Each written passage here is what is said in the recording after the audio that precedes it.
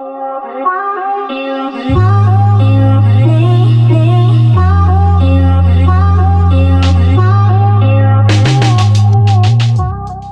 is going on? You're here with Nate 28. This is Crossbeats production, and thank you once again for tuning in. So I want to share with you guys a couple of really neat tricks to work with Impact XT and how to be efficient in it as well. So let's first off start with Impact XT, and we'll go through how you get it onto your track here, and we'll work it out. So first off, you get that, drag it across, and you'll have an Impact XT ready to roll. So Impact XT, if you're not familiar with it, it's like an MPC or a Maschine of that nature, and it works kind of the same with the pattern mode set up like that. So I'll just play this track to you quickly as well and show you what that sounds like.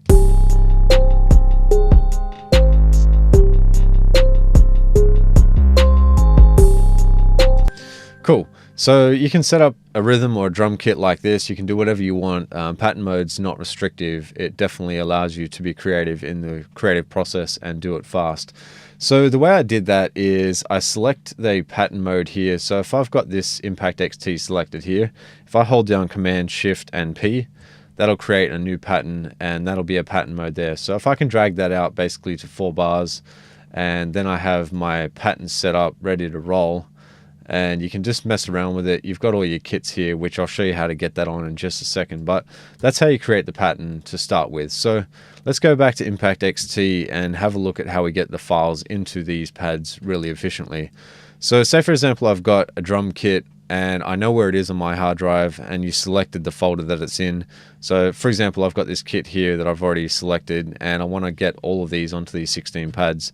What you do is just go to one of the actual files there and hold down Shift and then select whichever one up to 16, then drag it across and then hold down Shift again and let go of your left mouse key, and that will drop all 16 of those sounds onto your patterns here. So you got kick, snare, all that stuff ready to go, and you can start creating a pattern.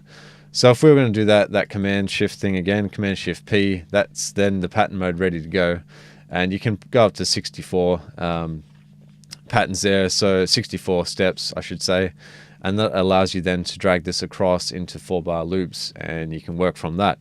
So that's really cool to get your pattern started. Obviously you can just draw in your stuff there, a hi-hat or whatever. I wouldn't do it like that, but anyway, that's just the way of doing it. You can go down to your right click and then just maybe say double the lane length or half it, and you can just half the lane length. That way then when you do 4 steps, it'll be more in rhythm with the track. So that's a quick, efficient way to get the rhythm of the track started and work on that. The other thing here, which you guys already would be aware of, you just drag your mouse across there and you can adjust the velocity, the repeat notes as well, and the probability, which means how frequently it will actually hit that. So that's just a really quick, easy way to set it up. Now, let's just say, for example, you've done all your patterns and you've got a pattern created and you want to get it onto individual tracks so that you can mix it more efficiently.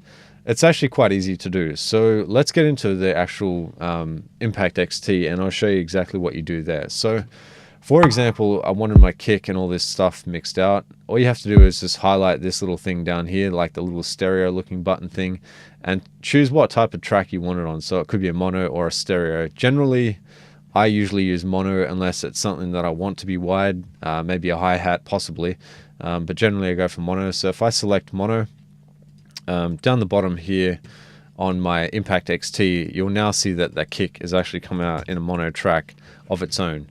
And now I'm allowed to actually then adjust the volumes individually like that through the mixer itself. All right, so we'll get rid of that. We'll just go back.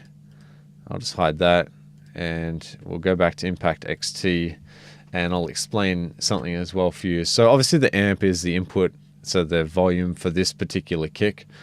Sometimes I recommend, if you want to get the levels adjusted right, maybe normalize the kick as well if it's too loud, or unnormalize it if it's too, if it's quiet, you can normalize it to a louder volume, or if it's too loud, it normalizes it to a lower volume as well. And you can also use this soft clipping function here, which allows you to soft clip the kick. So sometimes transients and stuff like that sound too harsh and you want to soft clip them to remove some of the harshness of that transient. That's a really quick and good way of doing it as well.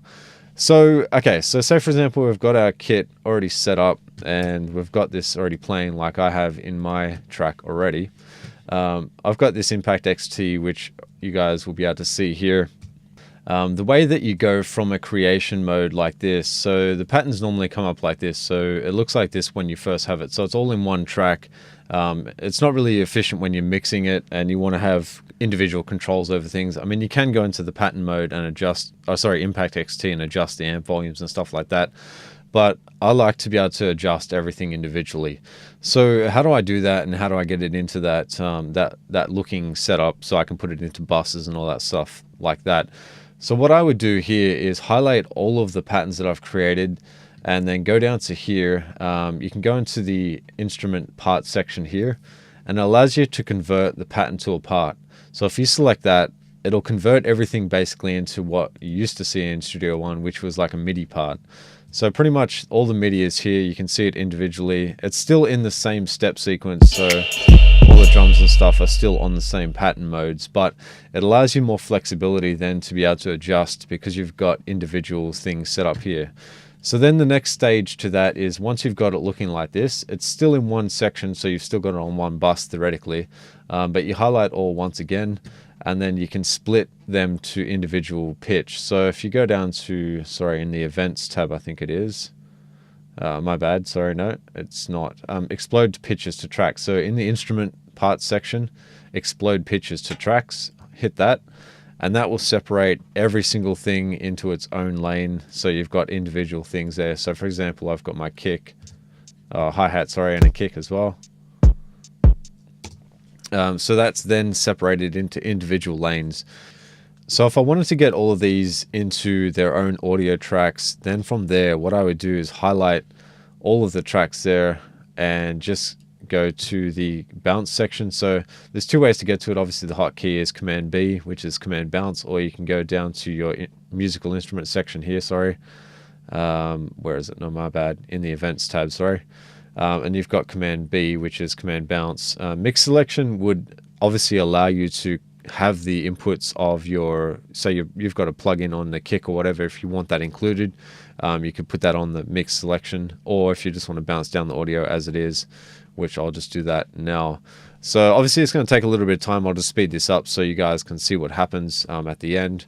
But this is pretty much processing all of the audio into actual audio tracks themselves, so then I can put it into a bus as well. Okay, so once it bounces it down, it takes a little bit of time because it's having to bounce down everything to audio. But once it has done that, this is what you'll end up seeing. So obviously everything that I had in Impact XT is now muted, and I could hide that if I wanted to, if I didn't need that anymore. So you can hide track, and then you've got everything color coded as per Impact XT.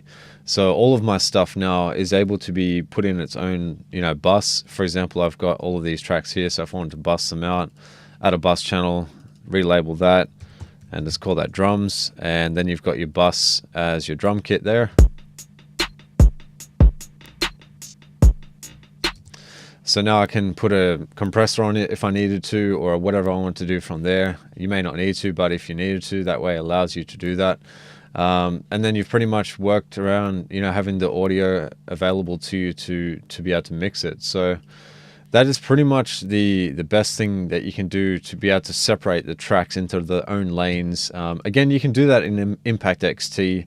You don't have to obviously bounce them into audio, but especially when it comes down to mixing and you want to have less usage of your CPU, and you want to have the availability of the audio to be able to edit or whatever you need to do from there as well, you're able to do that from there. So it's kind of a neat thing. It allows you to obviously color code it and everything like that, so that's kind of sweet as well. Automatically does that for you. Inside of Impact XT, just so you know, as an FYI, you can actually color code each track as well. So if you did do that, then it would color code it to those individual colors, and allow you to have that already done for when it bounces it out. But that is just a neat little trick to be able to get it into a bus and be able to mix it more efficiently in Studio One. So I hope you guys liked this video. If you did, remember to hit that like button, subscribe to the channel, and I'll catch you guys on the next one. Peace out.